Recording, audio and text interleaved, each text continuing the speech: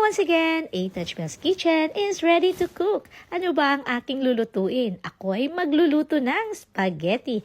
But syempre, kailangan po natin i-defat muna sa ating salad master defatter ang meat para tanggal po ang mantika. And after ma-defat, ayan, nilagay ko na siya sa ating salad master skillet at dinampin lang po ang ating meat, ang ating mga sahog at ating sauce, and syempre ang ating sausage. Yung sausage po na ginamit ko ay, Vienna sausage po yan. No, ready to cook na po yan. At dahil wala po akong ibang hotdog, yun ang ginamit ko.